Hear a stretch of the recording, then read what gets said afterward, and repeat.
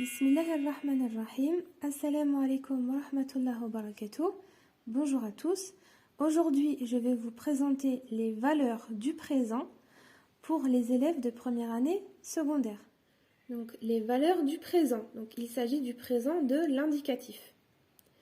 Donc, on peut utiliser le présent de l'indicatif pour différentes valeurs. Premièrement, le présent d'énonciation. Il exprime un fait ou une action qui se déroule au moment où l'on parle. Par exemple, je vais à l'école. Nous révisons nos leçons. Donc, c'est une action qui se passe au moment où l'on parle. Deuxièmement, le présent de description. Il est utilisé pour décrire. Par exemple, ses cheveux sont gris. Cette voiture a une carrosserie rouge. Troisièmement, le présent d'habitude. Il est utilisé pour parler d'un fait qui se répète. Par exemple, chaque matin, mon père part au travail à 7 heures. Chaque été, nous allons à la campagne. Donc, pour la première phrase, c'est une action qui se répète chaque matin.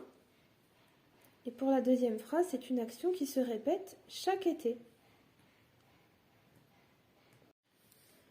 Ensuite, le présent de vérité générale ou intemporel.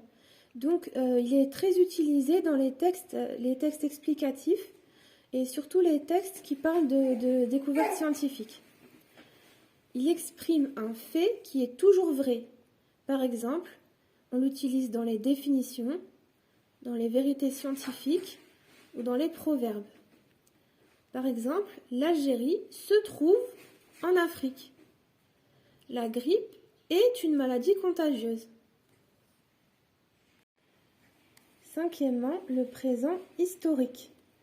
Il est employé dans les récits historiques. Donc en fait, il s'agit d'actions au passé qui sont passées, mais on utilise le présent. Donc par exemple, la guerre commence en 1954.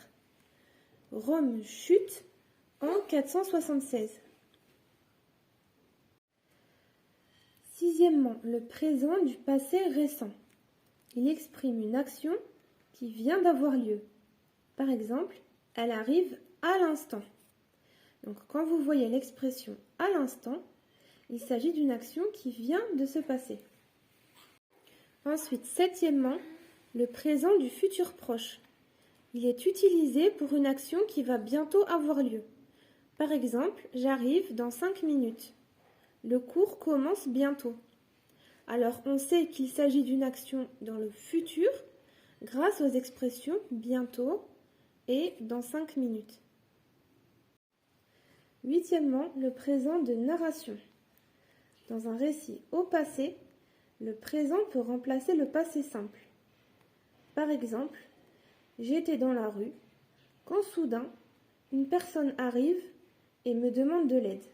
Donc vous voyez qu'on commence avec l'imparfait, j'étais dans la rue, et ensuite, pour que le récit soit plus vivant, on raconte les événements au présent.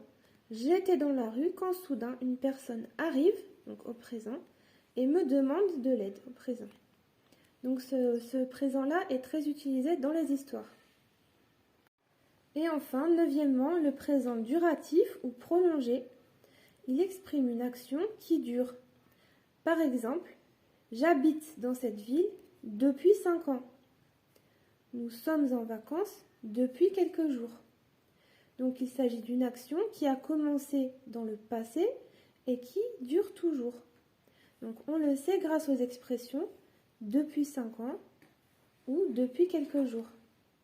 Voilà, j'espère que ces explications vont vous aider. En ce qui vous concerne, dans le premier projet, avec les textes au sujet de la vulgarisation scientifique, la forme de présent qui est la plus utilisée, c'est le présent intemporel ou bien de vérité générale. Voilà, bon courage et à bientôt.